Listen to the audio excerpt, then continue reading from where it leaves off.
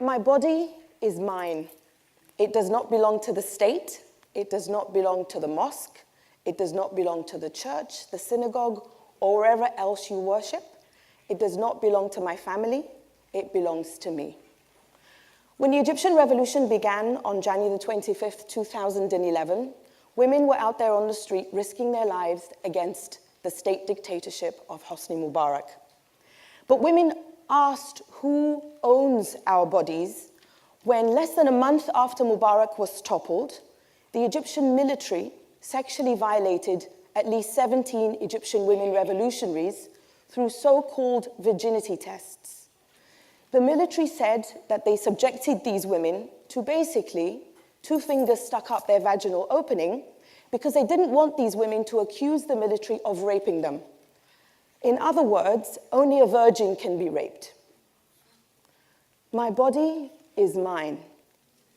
Less than 6 months after those violations by the Egyptian military, a young Egyptian woman called Alia El-Mahdi posed naked in her parents' living room and posted the picture of her nude body as a form of saying, my body is mine. There was more anger directed towards Alia El-Mahdi than against the Egyptian military for sexually violating those revolutionaries. So who owns my body? I asked that question a month after Alia posed naked in her parents' bedroom. Now remember, she did not go out on the street and strip. This was in her parents' living room. Sorry, we'll get to the bedroom soon.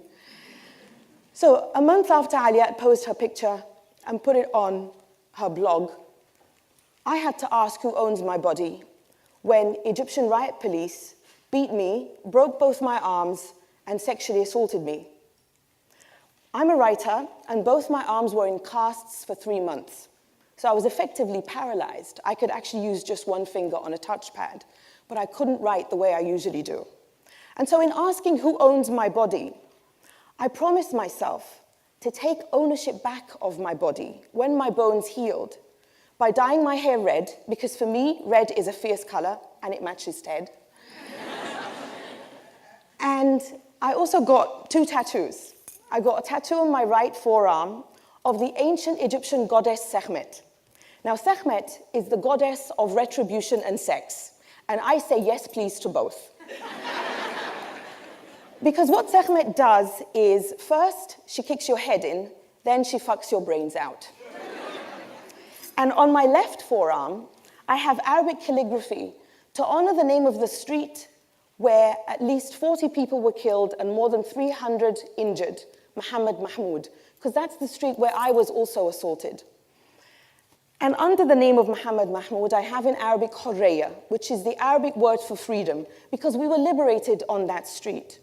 And I got those tattoos for 2 reasons. One, as a way of saying I survived and I own my body, because I have a scar. I had an operation on this arm to fix my broken bone. I'm very proud of that scar, and I will never cover it up. But I wanted to make markings on my body of my own, as a way of saying I own my body. But it was also to honor 12-year-old boys who went out onto Muhammad Mahmoud and who would write their mother's phone number on their forearm in case their bodies ended up in the morgue and no one knew who they were. So Sekhmet is my mother. Who owns my body? I'm an Egyptian American, as you heard from Imad's kind introduction. When I'm in the United States, the question who owns my body is even more pressing these days because of the forthcoming election. And we will see tomorrow, during the GOP debate, a row of men wanting to determine for women who owns our bodies. They are racist, they are bigoted, they are competing on who can shit on Muslims the most and who can control women's bodies the most. So who owns my body? My message to the fascist dictator in Egypt, Abdel Fattah al-Sisi, and his rivals, the Muslim Brotherhood, is the same as my message to the Christian Brotherhood in the United States, represented by these GOP candidates. And it's the same message that I've been taking around the world to answer who owns my body. And my message to all of them, whether they're politicians or men of religion, because remember, my body is not owned by any of the places where you worship, my message to them all is, stay out of my vagina unless I want you in there.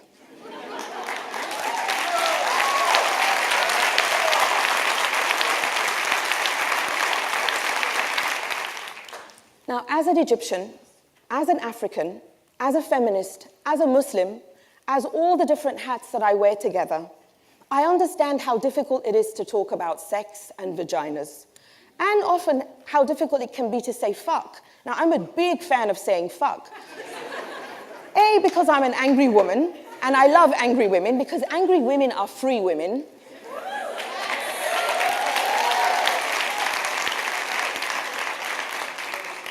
And B, because as women, we're raised to be nice and polite, and what has nice and polite ever got us? Fuck nice and polite.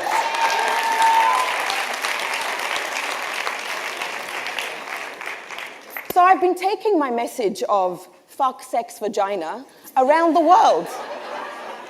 Because I've written a book called Headscarves and Hymens, in which I examine all of these things that I'm talking about at length. It's called Headscarves and Hymens, Why the Middle East Needs a Sexual Revolution. Now, before any of you get comfortable and think that I wrote this book to make you sit there and be proud of how wonderful your life is compared to what life is like in the Middle East and North Africa, my book's message and the mission of my book is, first of all, to make you angry, and second of all, to remind you that if it's shit over there, it's shit everywhere. There is misogyny around the world. There is no place on earth in which feminism has completely liberated women. So when I've taken my book and basically my fuck, sex, vagina tour around the world, when I'm in Scandinavia, where we're told it's the paragon of feminism, I make them uncomfortable there by asking them, so, this being the feminist heaven that it is, have you ended domestic violence? The answer is no. Have you achieved political parity? The answer is no. And even though Scandinavia is this feminist paragon, it's now a taboo to call yourself feminist. Here in this country, in the UK, I ask the same questions, and I know that the answer is no to all of them. And in the United States, the answer is no to all of them, and we're fighting the Christian Brotherhood of the GOP, but there is something that gives me hope that I connect to the Egyptian revolution and that I connect to this global tour that I'm engaged in, the Fuck, Sex, Vagina tour, and it's called Black Lives Matter. And the reason that Black Lives Matter makes me so excited is because it was founded by 3 black queer women. Now think about that. In today's world, to be a woman, to be black, and to be queer is to be on the intersection of everything that I'm fighting for. And those women have managed to start what I believe is a revolution in the United States. Those women have changed the conversation and forced the recognition that it's not just by fighting misogyny alone, and it's not just by fighting racism alone that the revolution will succeed, it's by fighting both. It's by fighting racism, misogyny, classism, homophobia, so much. So if my story began with the Egyptian revolution, my story has to go out into the world and connect with all the revolutions happening. So I look at China, where I'm just learning now about a group of women called the Feminist Five, who in the run-up to International Women's Day, March 8th, were arrested preemptively by Chinese police because they wanted to demonstrate against domestic violence and other forms of violence against women. The revolution in India is against many forms of violence against women, but we only became familiar with it after the Delhi bus gang rape.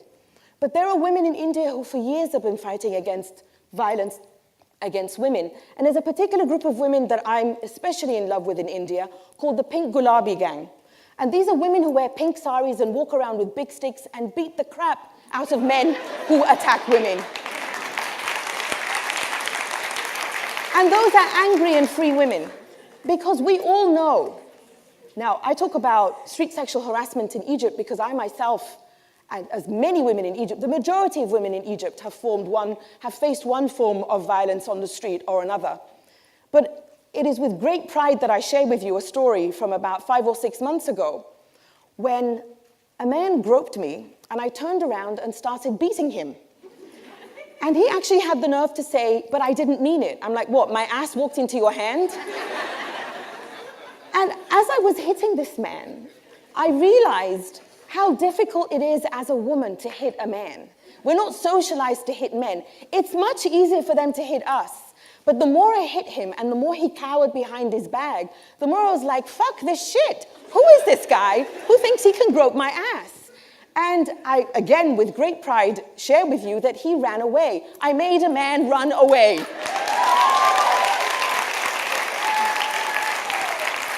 So we need to clone this pink gulabi gang and just basically have them everywhere.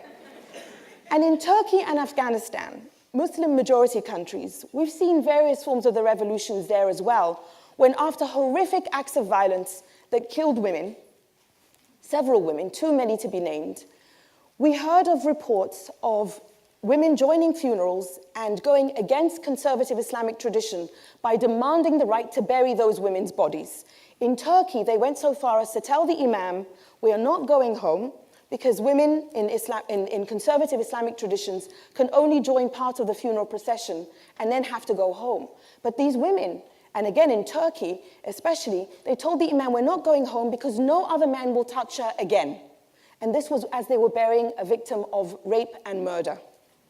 So we are seeing examples of women rising up across the world, and I mention them because as a feminist, I know, and as a feminist from Egypt and from Africa, and a woman who identifies as Muslim, I know how difficult it is to stand on a stage and talk about feminism and to expose the misogyny of my own culture and my own faith, because the first thing that I get asked is, don't you think you're giving ammunition to the racists, the xenophobes, the Islamophobes, etc., etc.? Now, the men who violate women's rights are never asked this. The men who groped me, the military who violated our revolutionary heroes, they're never asked, don't you think you're making Egyptians look bad? Don't you think you're making Muslim men look bad? It's the women who speak out. So what is it about speaking out? Why is speaking out so dangerous? Speaking out is so dangerous because, as the Black lesbian poet Audre Lorde reminded us, your silence will not protect you. We have to speak out. And in speaking out, what I try to do, as that Egyptian, as that African, as that Muslim, as that feminist, is basically to say fuck you to everyone. Because I recognize that there is a right-wing, racist, xenophobic group of people there wanting to launch attacks on Muslim men using my words, and they are not my allies. But I also recognize there's an internal misogynist wing that wants to silence me for the sake of making us look good, and they're not my friends either. But there's also a silent left wing around the world that practices cultural relativism and political correctness at my expense, at the expense of women across the world. And this I would hear from women again and again. Now, my book tour hasn't just taken me to white people land. I haven't just been going to Scandinavia and making white people feel good about their cultures, because as I said, I make them uncomfortable as well. But I was in India last month, and I was in Nigeria 2 weeks ago. Niger. I can't dance like I mad can, but, maybe tonight I'll try. But, in India, in Nigeria, and I'm going to Pakistan in February, those conversations are especially essential because there, again, women stand on the intersection of racism, of misogyny, of homophobia. When I look at words like virgin and hymen that I mention again and again in my book, I recognize how harmful it has been for Christian right-wing groups from the United States to go to Africa and promote that message of the Christian Brotherhood and the damage that it has done to so many communities on the continent. When I was in Nigeria, one of the most exciting events that I attended, I was at the RK Arts and Book Festival, was a panel discussion on being LGBT in Africa. And there were 2 openly gay Nigerian writers on the stage.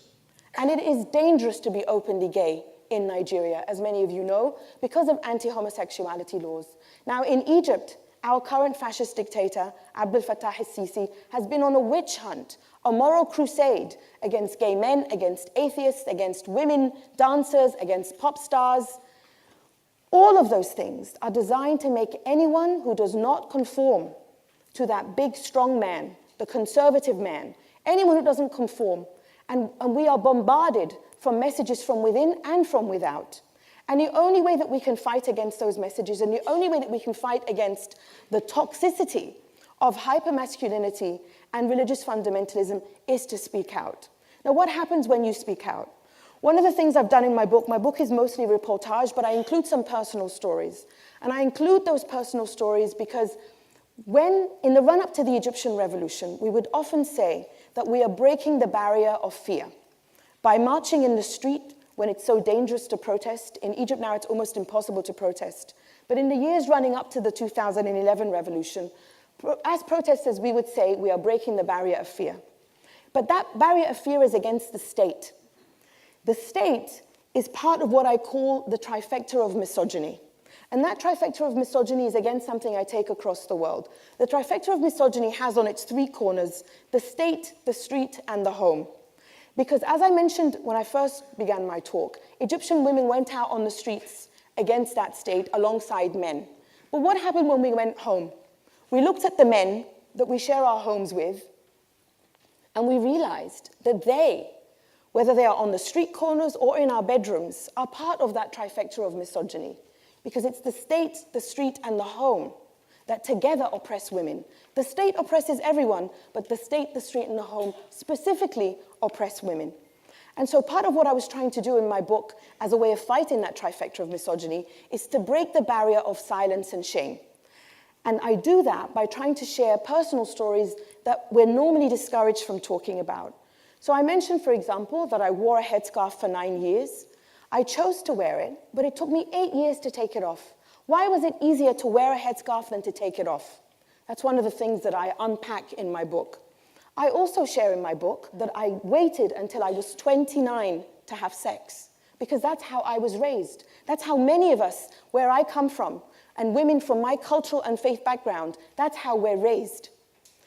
So when I share those stories, and I get that personal, this is what happens. I was in Manchester, and a woman at my reading came during the signing, sat on the ground, desk level with me, and she said to me, "I'm 32 and I still haven't had sex." And she said, "How do you think I can get over the guilt? Do you think God will forgive me?" Now, these are real questions that so many women from where I come from, across the continent, not just in Egypt, are wrestling with. But who do they ask these questions? So, as Audre Lorde reminds us, your silence will not protect you. We have to break those barriers. And as the lesbian Chicana political thinker Gloria Anzaldúa said, "I will not honor a culture that harms me in the name of protecting me." So I talk about those stories and I say, my body belongs to me. It does not belong to the state. It does not belong to any temple of worship. It does not belong to the street, and it does not belong to my family. Because that statement in and of itself is the sexual revolution. Because when I say my body belongs to me, it becomes a revolutionary act to fight against female genital mutilation, which is a scourge against women in too many countries on the continent. In Egypt alone, between the age of 15 to 49, 91% of women have been subjected to genital cutting. 91%. And it is done as a way of controlling women's sexuality. So again, stay out of my vagina unless I want you in there. When I say my body belongs to me, it becomes a revolutionary act to fight against marital rape, which again, in too many countries on the continent is not a crime. When I say my body belongs to me, it becomes a revolutionary act to say, once I began to have sex at the age of 29, I realized that sex, obviously, is a wonderful thing. And I realized that it is a revolutionary act to say it is my right, as a woman, to have sex with whoever I want, whenever I want, with their consent, obviously. Consent is a given. But here's the thing. I have sex with whoever I want and whenever I want, inside or outside of marriage, with a woman, with a man, with many women, with many men, in whatever form I choose. Because one of the things that I'm determined to do is to make those words virgin and hymen obsolete. What is virginity unless a penis and a vagina are involved? What if I don't want a penis? What if there are two penises involved? How then do we determine virginity? And virginity also perpetuates this idea that sex is something that women give and that men take. I'm not giving anything to anyone, I'm taking just fine.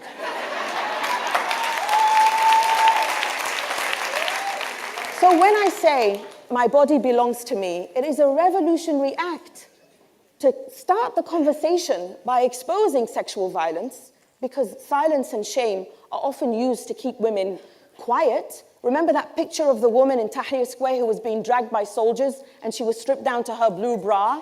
Unfortunately, her name is Blue Bra Girl because we don't know her name because her family will not let her speak. This woman is a revolutionary hero and they will not let her speak. So we have to break that barrier of silence and shame, and I take it further because I don't want sex to be involved with just violence. I want sex to be associated with the pleasurable thing that it is. And so I insist on talking about sex and how wonderful sex is as that Egyptian, as that African, as that feminist, and as that Muslim. And when I do that, when that 32-year-old woman asks me, so how do I get over the guilt? I tell her, I got over the guilt by fucking it out of my system. And finally, when I say my body is mine, it is a reminder that the most subversive thing a woman can do is to talk about her life as if it matters, because it does. Thank you.